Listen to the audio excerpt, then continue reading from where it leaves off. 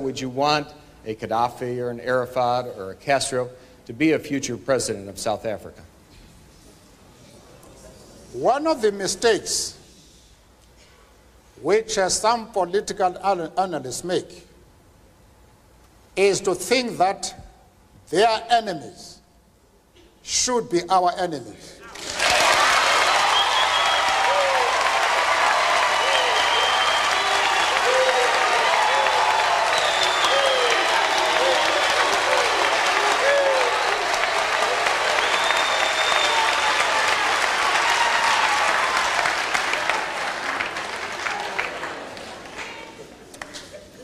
That we can and we will never do. We have our own struggle which we are conducting. We are grateful to the world for supporting our struggle. But nevertheless, we are an independent organization with its own policy. And the attitude of every country towards, our attitude towards any country is determined by the attitude of that country to our struggle.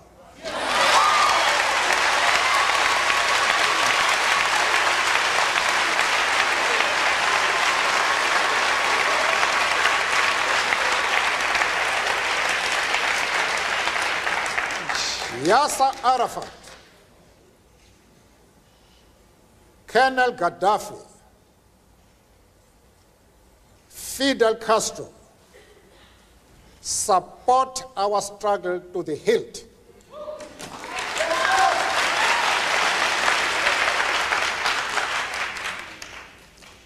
There is no reason whatsoever why we should have any hesitation about hailing their commitment to human rights as they are being demanded in South Africa. Our attitude is based solely on the fact that they fully support the anti-apartheid struggle. They do not support it only in rhetoric. They are placing resources at our disposal for us to win the struggle.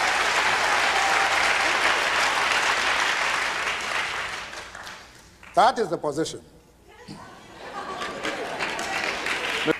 Having said that, I think I would be dishonest if I did not express profound disappointment with the answer that Mr. Mandela gave to the previous question, because it suggests a certain degree of amorality. It suggests that what these people do in their own countries, what a Gaddafi does in Libya, what a Castro does in Cuba, is totally irrelevant, even in terms of the issue of human rights, as long as they support the cause of the ANC. I hope that is not what Mr. Mandela meant, and I would hope that he would clarify that issue further. Mr. Mandela. And at the same time, want me to be involved in the internal affairs of Libya and Cuba. I refuse to do that. As far as Yasser Arafat is concerned, I explained to Mr. Sidman that we identify with the PLO because just like ourselves, they are fighting for the right of self-determination.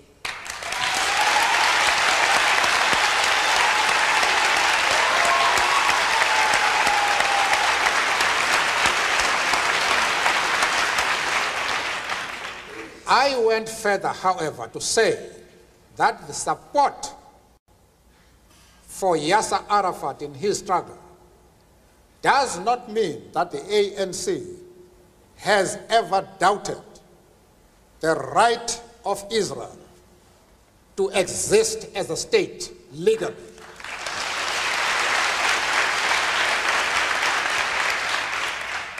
We have stood quite openly and firmly for the right of that state to exist within secured borders. But, of course, as I said to Mr. Sigmund in Geneva and others, that we carefully define what we mean by secure borders.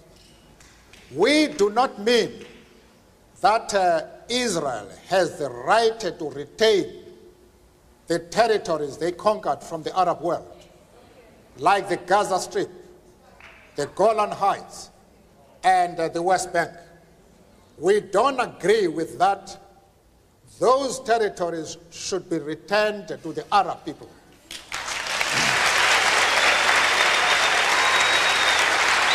Mr. Mandela,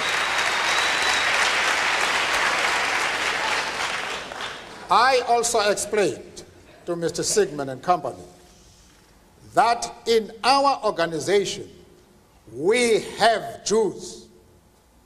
In fact, Mr. Gaddafi did not allow us to open our offices in Libya precisely because we had the courage to say to him, we work with the Jews in our organization.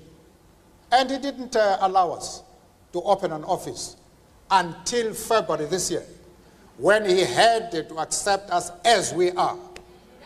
We are not prepared to be swayed by anybody. We have an independent policy which we assert no matter with whom we discuss. The Jewish leader have any doubts about our stand, I am prepared to address them and to allay their concern, because they are a very important community both in South Africa and, of course, in the States. And I'm prepared to iron out any differences that might exist, but they must know what our stand is. Arafat is a comrade in arms, and we treat him as such. And as I have said, we have many Jews, members of the Jewish community in our struggle, and they have occupied very top positions. But that does not mean to say that the enemies of Israel are our enemies. We refuse to take that position. You can call it being political or a moral question, but for anybody who changes his principles depending on whom he is dealing, that is not a man who can lead a nation.